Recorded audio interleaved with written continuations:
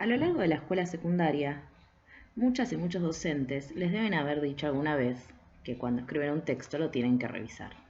La pregunta que nos vamos a hacer hoy es, ¿qué miramos cuando revisamos un texto?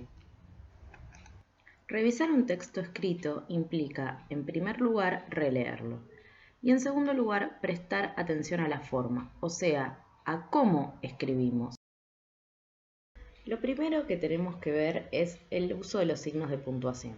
Como ya sabemos, un texto que no tiene puntos no es un texto. Vamos a ver un ejemplo. Un texto sin puntos se leería más o menos así. Familia, los estudiantes deberán asistir el día 10 de junio al campamento. Ese día saldremos a las 9 horas. Se ruega que no lleguen tarde, el micro sale puntual. No olviden traer algo para compartir. Saludos cordiales. Mejor si le agregamos puntos, ¿no? El texto con los puntos quedaría de la siguiente manera. Familia, los estudiantes deberán asistir el día 10 de junio al campamento. Ese día saldremos a las 9 horas. Se ruega que no lleguen tarde. El micro sale puntual. No olviden traer algo para compartir. Saludos cordiales. Después de los puntos están incluidas las debidas mayúsculas. No es de menor importancia recordar que las mayúsculas no solo deben utilizarse después de los puntos seguidos y al principio de cada una de las oraciones, sino que también deben utilizarse en los sustantivos propios, por ejemplo, en los nombres de las personas, en los nombres de los lugares, en los nombres de las marcas, en los nombres de las mascotas. Es un error muy frecuente a veces olvidar este detalle. Otro error muy común es utilizar el conector y para separar oraciones de manera indiscriminada. Veamos un ejemplo.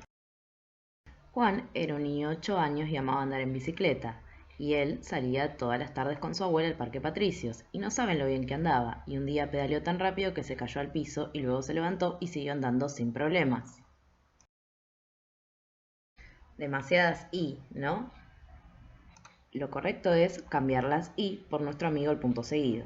Quedaría: Juan era un niño de 8 años, amaba andar en bicicleta, él salía todas las tardes con su abuela al Parque Patricios, no saben lo bien que andaba, un día pedaleó tan rápido que se cayó al piso, luego se levantó y siguió andando sin problemas. Otra cosa a tener en cuenta es evitar las repeticiones de palabras usando sinónimos o pronombres. Un ejemplo. El barco llegó por fin al puerto. El barco dejó salir una muchedumbre de viajeros que más parecía un enjambre de moscas. Entre los viajeros iba el hombre que a nosotros nos interesa. El hombre pasaba desapercibido y eso era precisamente lo que el hombre deseaba. Nada llamaba la atención en el hombre, salvo tal vez cierto contraste en el modo de vestir del hombre. Al hombre se lo veía serio y severo. ¿Me parece a mí o las repeticiones dificultan el sentido del texto? Las maneras de corregir esto pueden ser utilizar sinónimos, utilizar pronombres o sacar las palabras que ya se sobreentienden en el contexto del texto. Por ejemplo, quedaría: el barco llegó por fin al puerto, dejó salir una muchedumbre de viajeros que más parecía un enjambre de moscas. Entre los viajeros iba el hombre que a nosotros nos interesa. Este pasaba desapercibido y eso era precisamente lo que deseaba. Nada llamaba la atención en él, salvo tal vez cierto contraste entre el modo de vestir. Se lo veía serio y severo. Otra de las cosas que tenemos que revisar es haber separado el texto en párrafos. Recuerden que la separación en párrafos se da según el tema que estemos hablando y para separar el texto visualmente se hace lo que se llama punto aparte y se baja de renglón. Recapitulemos. Cuando revisamos un texto debemos releerlo.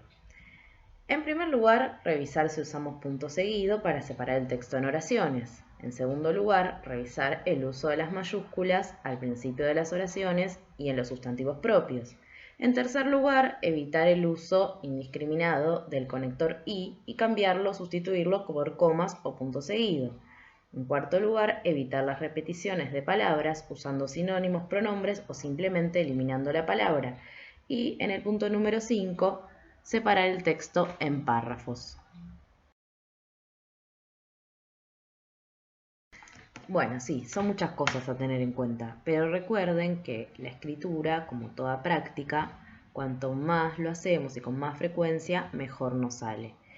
Estos 5 errores frecuentes que se suelen cometer a la hora de escribir un texto Cuantos más los revisen y más conscientes sean, menos los van a cometer y mejor van a escribir. Hasta la próxima.